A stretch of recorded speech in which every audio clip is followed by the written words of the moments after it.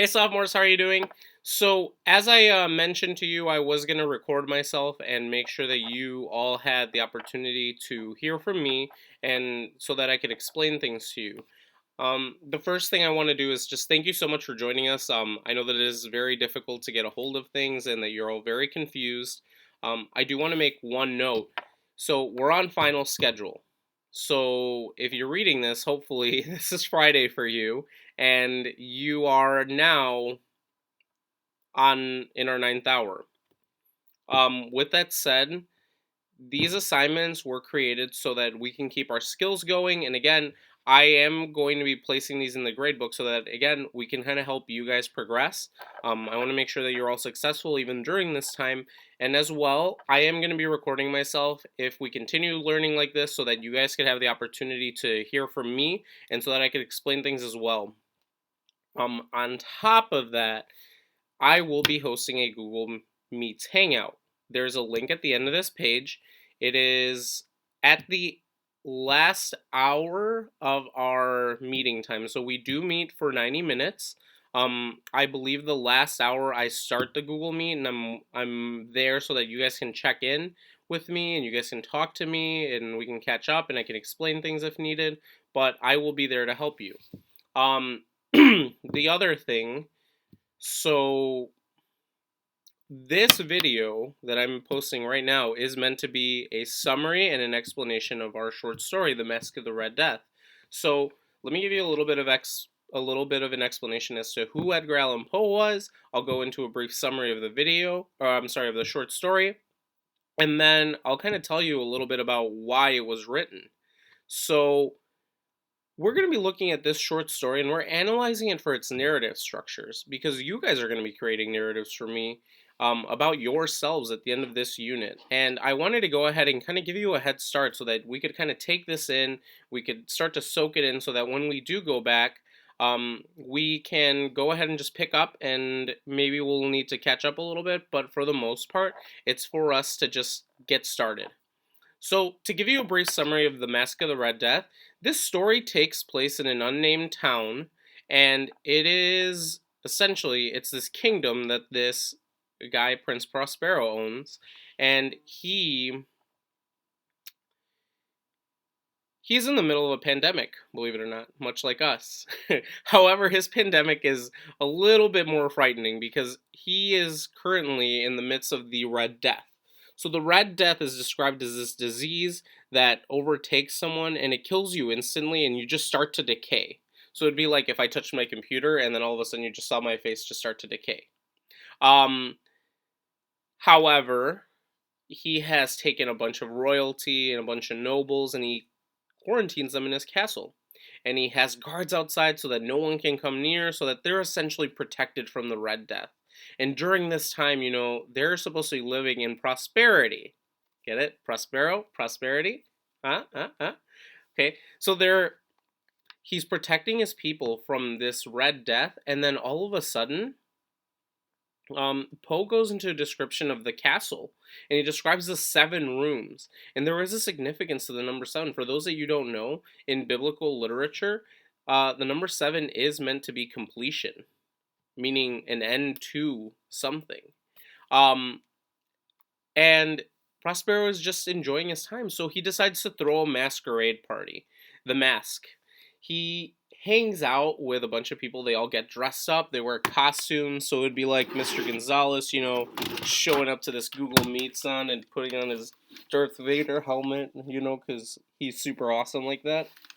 Oh gosh, that was too small. I had that when I was in 6th grade. Ah.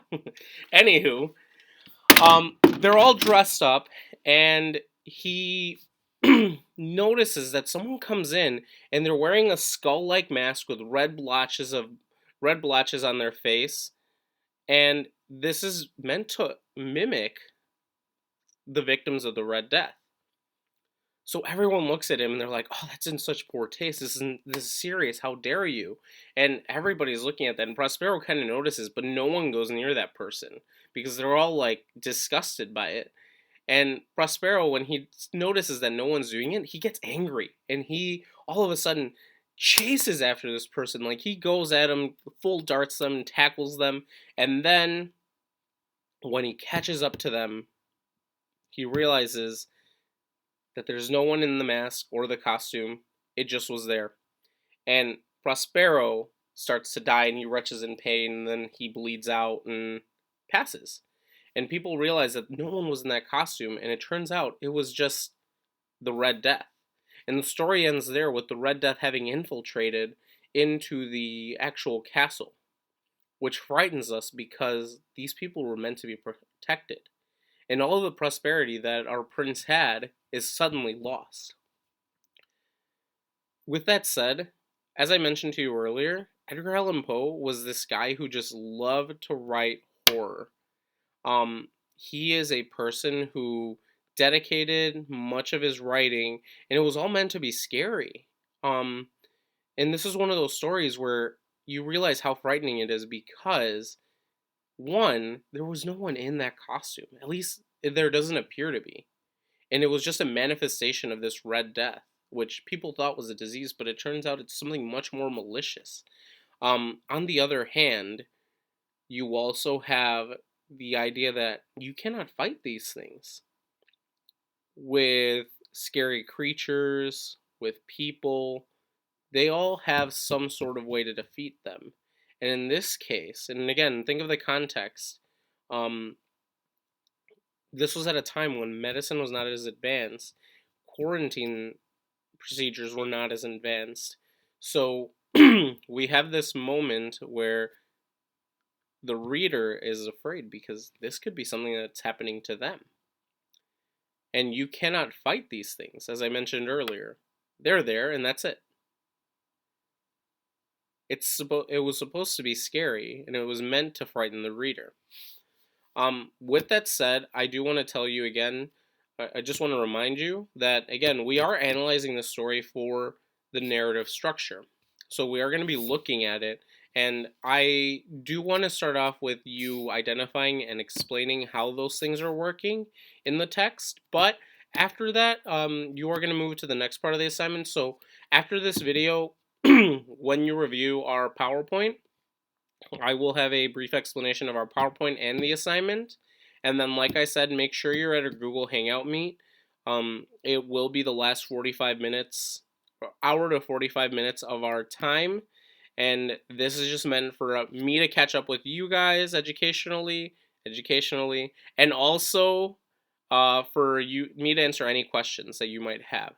So please reach out again if you have any emails, any questions, any concerns. These videos will all be up where I'm explaining these things, but like I said, any questions, please reach out. Go ahead and look at the PowerPoint now. If I'm not mistaken, that's my next step of the lesson. And again, if you are having trouble reading the short story, I do have a live version of it. I know that for me, when I read that short story the first time back in college, I like listening to it out loud. That's why I read out loud to you guys.